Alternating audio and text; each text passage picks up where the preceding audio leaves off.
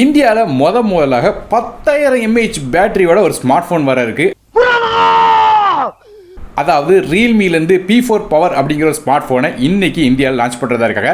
So 10,000 mAh பேட்டரியோட ஒரு phone வருதுன்னா கண்டிப்பாக இப்போ இருக்கிற ஸ்டாண்டர்ட் லிவிங்கில் நம்ம வந்து கிட்டத்தட்ட 2 நாளுக்கு ஒரு தடவை சார்ஜ் போட்டால் போதும், அந்த அளவுக்கு ஒரு பெரிய பேட்டரியோட அந்த ஃபோன் வருது. ஸோ இந்த ரியல்மியோட P4 பவர் 5Gல எல்லா விஷயங்கள் தராங்க, மேலும் என்ன ப்ரைஸுக்கு வரும், அது மட்டும் இல்லாமல் இதில் இருக்கிற A to Z எல்லா விஷயங்களும் இந்த வீடியோவில் பார்க்கலாம்.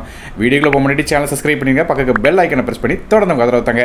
முதல்ல ஆஸ் யூஷுவல் நம்ம வந்து பில்ட் கோட்லேருந்து ஆரம்பிக்கலாம். பில்டை பொறுத்தவரை நமக்கு இந்த ஃபோன் வந்து பிளாஸ்டிக் பில்டு தான் வருது. ஃப்ரேமும் பிளாஸ்டிக், பேக் சைடும் பிளாஸ்டிக் தான் இருக்க போது. மறுபடியும் ஃபோனோட பேக் சைடில் இந்த கேமராக்கு கீழே இருக்கிற செக்மெண்ட்லாம் பார்த்துட்டீங்கன்னா நமக்கு வந்து மேட் ஃபினிஷிங்கில் கொடுக்குறாங்க. இது இப்போ அந்த மேட் ஃபினிஷிங் மேலே டாட் அப்படின்னு சொல்லிட்டு ஒரு எம்பளமும் கொடுத்துருக்காங்க. மற்றபடி 10,000 mAh பேட்டரி யூஸ் பண்ணாலும் இதோட திக்னஸ் வந்து ரொம்ப கம்மியாக தான் இருக்கும் அப்படின்னு சொல்கிறாங்க. அது மட்டும் இல்லாமல் இது வெயிட்னு பார்த்தீங்கன்னா வெறும் 219 கிராம் தான் வருது. ஸோ 219 கிராம் பார்க்கும்போது பல்கியான ஃபோன் தான். ஆனால் உள்ளே இருக்கிற பேட்டரியும் கணக்கில் எடுத்துக்கணும். அதுபடி பார்க்க 10,000 mAh அப்படின்னு பார்க்கும்போது கண்டிப்பாக இது ஓரளவு ஜஸ்டிஃபை பண்ணுற அளவுக்கு வெயிட் கம்மியாக தான் கொடுத்துருக்காங்க. அதே கலர்ஸ் அப்படின்னு பார்க்கும்போது இந்த ஃபோன் 3 டிஃப்ரெண்ட்டான கலரில் வருது. அதுபடி பார்க்கும்போது டிரான்ஸ் சில்வர், டிரான்ஸ் ஆரஞ்ச் மற்றும் டிரான்ஸ் ப்ளூ அப்படிங்கிற 3 கலர்ஸில் வருது. மற்றபடி இப்போ ரீசெண்ட் ஃபோன்ஸில் பார்க்குற மாதிரி IP69 அப்படிங்கிற IP ரேட்டிங் வரும். ஸோ இதான் ஃபோனோட பில்ட் குவாலிட்டியாக இருக்குது. அடுத்ததாக இந்த ஃபோனோட டிஸ்பிளே பற்றி பேசலாம். இந்த ஃபோனில் ஒரு 6.78 இன்ச்சுக்கான 1.5K AMOLED டிஸ்பிளே கொடுக்குறாங்க. இந்த டிஸ்பிளேக்கு நமக்கு 144 ஹெட்ஸ்க்கான ரெஃப்ரெஷ் ரேட் கொடுக்குறதா சொல்கிறாங்க. ஸோ சில சப்போர்ட்டிவான கேம்ஸ், குறிப்பாக நம்ம கால் ஆஃப் டியூட்டி மாதிரியான சில கேம்ஸ் வந்து 144 ஃப்ரேம் per செகண்டில் விளாட முடியும்னு சொல்கிறாங்க. மற்றபடி இந்த டிஸ்பிளே வந்து ஒரு பஞ்ச் டிஸ்பிளேயாக வருது. அது மட்டும் இல்லாமல் மேக்ஸிமம் பிரைட்னஸ் பார்க்கும்போது 6500 nits வரையும் பீக் பிரைட்னஸ் போகுது. ஸோ நல்ல ஒரு பிரைட்டான டிஸ்பிளே சொல்லலாம். ஸோ அவுட்டோர் கண்டிஷன் கண்டிப்பாக இந்த டிஸ்பிளே வந்து விசிபிலிட்டி நல்லாவே இருக்கும். இது போக HDR10+ சப்போர்ட் இருக்குது. அதனால் HDR கண்டென்ட்ஸ் பார்க்க முடியும். அது மட்டும் இல்லாமல் நெட்ஃப்ளிக்ஸில் வந்து HDR வீடியோஸ்லாம் உங்களால் பார்க்க முடியும் இந்த ஃபோனில். அது மட்டும் இல்லாமல் நமக்கு இன் டிஸ்பிளே ஃபிங்கர் பிரிண்ட் ஸ்கேனரும் வருது. இது போய் இப்போ மாடர்ன் ஸ்மார்ட் ஃபோனில் பார்க்குற மாதிரி நமக்கு ஹை ஃப்ரீக்வன்சி PWM டிமிங் மாதிரியான சப்போர்ட்டும் இந்த ஃபோனில் இருக்குது. டிஸ்பிளேக்கு என்ன மாதிரியான ப்ரொடெக்ஷன் யூஸ் பண்ணுறாங்க அப்படிங்கிறது மட்டும் இப்போதைக்கு தெரியல. ஸோ டிஸ்பிளேல குறை சொல்கிற அளவுக்குள்ள சூப்பரான ஒரு நல்ல டிஸ்பிளே கொடுத்துருக்காங்க. மற்றபடியாக இதோட பெர்ஃபார்மன்ஸை பற்றி பார்க்கலாம். இந்த ஃபோனில் நமக்கு MediaTek கூட Dimensity 7400 அல்ட்ரா ப்ராசர் வந்து பயன்படுத்துகிறாங்க. ஸோ பேசிக்காக நம்ம வீடியோஸில் பார்த்துட்டிங்கன்னா நம்ம ப்ராசர் வந்து எப்படி பெர்ஃபார்ம் பண்ணும் அப்படிங்கிற ரேங்கிங் பார்ப்போம். அதே மாதிரி பார்க்கும்போது இந்த ப்ராசருக்கு 74 ரேங்க் வருது. மார்க்குன்னு பார்க்கும்போது 146 மார்க்கும் B கிரேடும் கிடைக்குது. மற்றபடியே கிராஃபிக்ஸ்க்காக இதில் வந்து மாலியோட G615 அப்படிங்கிற GPU கொடுக்குறாங்க. இது போக இந்த ஃபோனில் வந்து ஹைப்பர்விஷன் அப்படிங்கிற ஒரு AI சிப்பும் எக்ஸ்ட்ராவாக கொடுக்குறாங்க. அதாவது AI ப்ராசஸ் பல விதமான விஷயங்கள் பண்ணலாம். இந்த Dimensity 7400 அப்படிங்கிற 400 சிப்பும் இந்த ஹைப்பர்விஷன் அப்படிங்கிற சிப்பும் சேர்ந்து நமக்கு வந்து நல்ல ஒரு ஹை ரெசல்யூஷனான பிக்சர்ஸ் வந்து டிஸ்பிளேல உருவாக்க முடியும் சொல்கிறாங்க. ஃப்ரேம்ஸை வந்து நமக்கு இன்க்ரீஸ் பண்ணி தரும் சொல்கிறாங்க. இந்த ஃப்ரேம்ஸ்லாம் வந்து அதிகமாக இருக்கிற காரணத்தால் வீடியோஸ்லாம் பார்க்கும்போது பெரிய லெவலில் மோஷன் பிளர் இருக்காது. அது போக நமக்கு எல்லா டைமும் இந்த HDR சப்போர்ட் இருக்கிறதுனால கிளாரிட்டி இன்னும் கொஞ்சம் நல்லா இருக்குன்னு சொல்கிறாங்க. ஸோ இதே ஹைப்பர் விஷன் நமக்கு கேமிங்லேயும் ஒர்க் ஆகும். அதுபடி பார்க்கும்போது நமக்கு வந்து இந்த ஆல்வேஸ் ஆன் HDR ஃபங்க்ஷனாலிட்டி இருக்குது. அது போக அந்த ஹைப்பர் கிளாரிட்டி, ஹைப்பர் மோஷன்கிற மாதிரியான ஃபீச்சர்ஸும் கொடுக்குறாங்க. ஸோ இந்த கேம்ஸில் ஆடும்போது ஃப்ரேம் ரேட் வந்து அந்த அளவுக்கு குறையா சொல்கிறாங்க. அப்போ இதோட கேமிங் பெர்ஃபார்மன்ஸ் எப்படி இருக்கும் அப்படின்னு கேட்டிங்கன்னா வந்து நமக்கு வந்து டே டு டே ஆப்ஸ் எல்லாமே யூஸ் பண்ணிக்கலாம். மல்டி டாஸ்கிங்லாம் நல்லா பண்ண முடியும். கேம்ஸில் ஆடும்போது entry games, mid setting games விளாடலாம். ஹெவியான கேம்ஸ் வந்து பெரிய லெவலில் விளாட முடியாது. செட்டிங்ஸ் வேணால் லோ பண்ணி வச்சு வேணால் ஹெவியான கேம்ஸ் விளாண்டுக்கலாம். மற்றபடியாக மிட் செட்டிங் கேம்ஸ் வரையும் நமக்கு வந்து விளாட்றதுக்கு ஓரளவு நல்லாயிருக்கும். BGMI மாதிரி கேம் வந்து 90 ஃப்ரேம் per செகண்டில் ரன் ஆகுது. மேலும் கேம் விளாடும்போது ஈஸியாக ரிப்ளை பண்ணுறதுக்கான ஸ்மார்ட் ரிப்ளை ஃபீச்சர் இருக்குது. அது போக வந்து ஏம் அண்ட் அசிஸ்ட் அப்படிங்கிற ஃபீச்சர் இருக்குது. நீங்கள் வந்து இந்த ஷூட்டிங் கேம்லாம் ஆடிங்கன்னா நல்லா இன்னும் அக்யூரேட்டாக ஏம் பண்ணுறதுக்கு. RAM மற்றும் இன்டர்னல் ஸ்டோரேஜ் பார்க்கும்போது நமக்கு வந்து 8GB RAM 12GB RAM கான்ஃபிகரேஷனோட 128 மற்றும் 256GB அப்படிங்கிற ஸ்டோரேஜோட இந்த ஃபோன் லான்ச் ஆகும் சொல்லி ரூமர்ஸ் வருது. RAM வெர்ஷன் அப்படின்னு பார்த்தீங்கன்னா LPDDR4X RAM தான் இருக்க போதுன்னு சொல்லி ரூமர்ஸ் வந்திருக்கு. அது மட்டும் இல்லாமல் ஸ்டோரேஜை பொறுத்தவரைக்கும் UFS 3.1 கொடுக்குறாங்க. ஸோ ஓரளவு டீசென்டான பெர்ஃபார்மன்ஸ் வந்து கிடைக்கும். மற்றபடி மைக்ரோ SD கார்டுக்கான சப்போர்ட் இதில் இருக்காது. ஸோ என்ன மாதிரியான காம்பினேஷனாக RAM இன்டர்னல் ஸ்டோரேஜ் வருது அப்படிங்கிறது கமெண்ட் செக்ஷனில் அப்டேட் பண்ணியிருப்பேன். மற்றபடியாக நமக்கு இந்த ஃபோனோட OSன்னு பார்க்கும்போது இது Android 16 பேஸ் பண்ண Realme UI 7 அப்படிங்கிற இன்டர்ஃபேஸாக ரன்னாது. அப்டேட்ஸை பொறுத்தவரை இந்த ஃபோனுக்கு 3 வருடத்துக்கான OS அப்டேட்ஸும் 4 வருடத்துக்கான செக்யூரிட்டி பேட்ச் அப்டேட்ஸும் தரதாக சொல்லியிருக்காங்க. ஸோ கண்டிப்பாக இது ஒரு நல்ல விஷயமா இருக்குது. அடுத்ததாக கேமராஸ் பற்றி பார்க்கலாம்.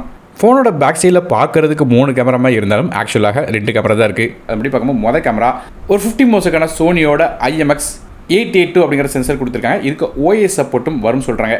மற்றபடியாக பிரைமரி கேமராவில் 4K ஃபுட்டேஜ் வரையும் வீடியோஸ் வந்து கேப்சர் பண்ணலாம் சொல்கிறாங்க. ஸோ இது மாதிரியாக நமக்கு பிரைமரி கேமரா ஓரளவு டீசென்ட்டான கேமரா கொடுத்துருக்காங்க. மற்றபடி ரெண்டாவது கேமரா பார்த்துட்டிங்கன்னா பெரிய லெவலில் இல்லை, ஒரு 8 நிமிஷத்துக்கான அல்ட்ராவைட் கேமரா கொடுக்குறாங்க.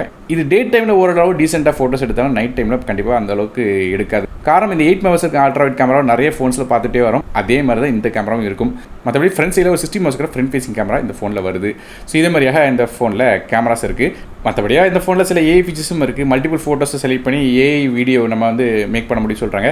இது போய் ஏஐ லைட் மீ அப்படிங்கிற ஃபீச்சர் இருக்குது. எடுத்த ஃபோட்டோஸ் வந்து நீங்கள் வந்து லைட் எஃபெக்ட்ஸை வந்து ஆட் பண்ணலாம். அதாவது லைட்டு ஒரு சைட்லேருந்து எடுக்கிற மாதிரி அல்லது க்ளோ பண்ணுற மாதிரியாக பல விதமான விஷயங்கள் நீங்கள் லைட்டிங்கை வந்து மாற்றலாம் எடுத்த ஃபோட்டோஸில். இது போய் ஏஐ ஸ்டைல் மீ அப்படிங்கிற ஃபீச்சர் இருக்குது. நீங்கள் வந்து பல விதமான வித்தியாசமான ஃபோட்டோஸ் வந்து எடுக்கலாம், ஃபில்டர்ஸ் மாற்றி. இப்போ கார்ட்டூன் ஷாட் மாதிரி மாற்றலாம். மேலும் உங்கள் ஃபோட்டோஸ் வந்து 3D எமோஜிஸாக மாற்றலாம். அதே மாதிரியே பல விதமான ஏஐ ஃபீச்சர்ஸும் இருக்குது. அதே நெட்வொர்க்ஸை பொறுத்தவரை இந்த ஃபோனில் 5Gக்கான எஸ்என்எஸ் சப்போர்ட்லாம் இருக்குது. ஆஸ் யூஷுவல் எல்லா ஃபோன்லையும் பார்க்குற மாதிரி இதுலேயுமே நெட்வொர்க்ஸ் கொடுத்துருக்காங்க. அடுத்ததாக இந்த ஃபோனோட செல்லிங் பாயிண்ட், இந்த ஃபோனோட பேட்டரிஸ் பற்றி பேசலாம். இந்த ஃபோனில் 10,001 mAh பேட்டரி கொடுக்குறாங்க. அது என்னன்னு தெரியல, ₹1 சில்லற வச்ச மாதிரி 10,001 அப்படிங்கிற மாதிரியாக முடிச்சிருக்காங்க ரியல்மி. ஸோ இருந்தாலும் ஒரு 10,000 mAh அப்படின்னு பார்க்கும்போது இது வந்து ஒரு பெரிய பேட்டரின்னு சொல்லலாம். இது சார்ஜ் பண்ணுறதுக்கு 80 வாட்க்கான ஃபாஸ்ட் சார்ஜரும் நமக்கு பாஸில் தராங்க. 80 வாட் சார்ஜிங் சப்போர்ட்டோட வருது. ஸோ சார்ஜ் பண்ணுறதுக்கு கிட்டத்தட்ட 1 மணி நேரம் கிட்ட டைம் எடுத்துக்கணும்னு சொல்லி எதிர்பார்க்கப்படுது. மற்றபடி ரிவர்ஸ் வயர்டு சார்ஜிங் சப்போர்ட்டும் இருக்குது. இந்த ஃபோன் கூட நீங்கள் வந்து USB கேபிள் கனெக்ட் பண்ணி மற்ற ஃபோன் அல்லது டிவைஸை 27 வாட்ஸில் ரிவர்ஸ் சார்ஜிங்கும் பண்ண முடியும். ஏன்னா காரணம் இது பெரிய பேட்டரி காரணத்தால் நமக்கு ரிவர்ஸ் சார்ஜிங் சப்போர்ட்டும் இல்லை இருக்குது. மேலும் இந்த பேட்டரிஸ் நமக்கு பைபாஸ் சார்ஜிங் சப்போர்ட்டும் இருக்குது. அதனால் கேம்ஸ் விளாடும்போது நீங்கள் வந்து சார்ஜ் போட்டு கேம் விளாண்டாலும் ஃபோன் ஹீட் ஆகாது. மற்றபடி அந்த ஃபோனோட சார்ஜிங் சைக்கிள்னு பார்க்கும்போது கூட மற்ற ஃபோனை கம்பேர் பண்ணி பார்க்கும்போது இதில் அதிகம் சொல்கிறாங்க. அதாவது ரியல்மி இந்த ஃபோனுக்கு கிட்டத்தட்ட 1650 சைக்கிள்ஸ் வரையும் சார்ஜ் பண்ணலாம்னு சொல்கிறாங்க. ஸோ சார்ஜிங் சைக்கிள்ஸ் நிறைய கொடுத்த காரணத்தால் நமக்கு வந்து 4 வருஷம் சார்ஜ் பண்ணாலும் இந்த பேட்டரி லைஃப் வந்து நமக்கு 80% வரையும் ரீட்டைன் ஆகும் சொல்கிறாங்க. மேலும் வழக்கமாக இப்போ மாடர்ன் ஃபோனில் பார்க்கும்போது இதுலேயுமே நமக்கு சிலிக்கான் கார்பன் பேட்டரி தான் கொடுக்குறாங்க. அதனால் பேட்டரியோட லைஃப் வந்து நல்லாயிருக்கும். அதுபோல் இந்த ஃபோன் வந்து நல்ல ஒரு பேட்டரி லைஃப் தரும்னு சொல்கிறாங்க. ஸோ ஆவரேஜ் யூஸில் கிட்டத்தட்ட 2 நாள் வரையும் பேட்டரி லைஃப் நமக்கு கிடைக்கும் சொல்கிறாங்க. கொஞ்சம் ஹெவியாக புஷ் பண்ணால் கூட இந்த ஃபோனுக்கு 1.5 நாள் வரையும் பேட்டரி லைஃப் வந்து வரும் சொல்கிறாங்க. ஸோ அந்தளவுக்கு ஒரு இம்ப்ரெசிவான பேட்டரி லைஃப் இதுலேருந்து கிடைக்கும். கடைசியாக அந்த ஃபோனோட விலையை பற்றி பார்க்கலாம். இப்போதைக்கு கிடைச்ச ரூமர்ஸ் வச்சு பார்க்கும்போது இந்த 12GB and 2GB ஸ்டோரேஜ் கான்ஃபிகரேஷனில் இந்த பாக்ஸ் ப்ரைஸ் மட்டும் லீக் ஆகிருக்கு. அப்படி பார்க்கும்போது இதோட விலை 37,999 சொல்லி போட்டிருக்காங்க. ஆனால் ஆக்சுவலாக இந்த விலையில் விற்காது. எப்போவுமே இதோட கம்மியான ப்ரைஸில் தான் விற்பாங்க. அதுபடி பார்க்கும்போது நமக்கு 128GB கான்ஃபிகரேஷன் வந்து ஒரு 25,000 28,000 லான்ச் ஆகும் சொல்லி எதிர்பார்க்கப்படுது. அதுவே வந்து 12GB கான்ஃபிகரேஷன் வந்து ஒரு 30,000 34,000 அப்படிங்கிற ப்ரைஸிங்கில் லான்ச் ஆகும் சொல்லி எதிர்பார்க்கப்படுது. ஸோ இந்த ப்ரைஸ் பாயிண்ட்டுக்கு நம்ம கொடுத்துருக்கிற ஸ்பெக்ஸ் ஓரளவு டீசென்ட் சொல்லலாம். இந்த ஃபோனோட மெயினான செல்லிங் பாயிண்ட் என்ன, பேட்டரிஸ் தான். அந்த பேட்டரிஸ் தான் பெரிய லெவலில் நமக்கு வந்து ஹைப் ஏற்றி காட்டுறாங்க. மற்றபடி டிஸ்பிளே டீசெண்டாக தான் கொடுத்துருக்காங்க. ஆனால் சிப் வந்து கொஞ்சம் அப்கிரேட் பண்ணிக்கலாம். ஏன்னா 30,000 கிட்ட போகும்போது டிமினிட்டி 7400 அந்த அளவுக்கு பவர்ஃபுல்லான சிப்னு சொல்ல முடியாது. ஆஸ் யூஷுவல் ரியல்மி பண்ணுறது தான். ஒன்று கேமராஸை ஏற்றி வச்சிருவாங்க, இல்லைனா வந்து பேட்டரி ஏற்றி வச்சிருவாங்க. அந்த சிப்பை வந்து கோட்டை விட்டுருவாங்க. அதே மாதிரி தான் இந்த தடவையும் பண்ணியிருக்காங்க. பில்டிங் ஸ்ட்ராங்கு, பேஸ் மட்டும் கொஞ்சம் வீக். ஸோ சிப்பு பெரிய லெவலில் ஆகன்னு சொல்கிற அளவுக்கு இல்லை. இருந்தாலும் UFS 2.2 கொடுக்காம UFS 3.1 கொடுத்துருக்காங்க. ஸோ அப்படி பார்க்கும்போது இது ஓரளவு ஓகே தான். ஸோ சிப்பை தவிர்த்து பார்த்தா இந்த 8 மெகா கேமராக்கு பதிலாக வேறு ஏதாவது கேமரா கொடுத்துருக்கலாம். கூட கொஞ்சம் பெட்டரான கேமரா கொடுத்தா நல்லாயிருக்கும். ஸோ நீங்கள் இந்த ரியல்மியோட P4 5G பற்றி நினைக்கிறீங்க அப்படிங்கிறத கீழே கமெண்ட் செக்ஷன் மென்ஷன் பண்ணுங்கள். மேலும் இந்த ஃபோன் லான்ச் ஆனதுக்கப்புறம் இதை பற்றின இந்த ப்ரைசிங் முதற்கொண்டு எல்லா விஷயத்தையும் கமெண்ட் செக்ஷனில் அப்டேட் பண்ணிப்பேன். மறக்காமல் செக் பண்ணி பாருங்கள். மேலும் இந்த ஃபோனை பற்றின கான்வர்சேஷனில் மறக்காமல் நீங்கள் கலந்துக்கிடுங்க. நான் டெக்கி தபுக்காக மற்ற வீடியோ சந்திக்க வரை நன்றி, வணக்கம்.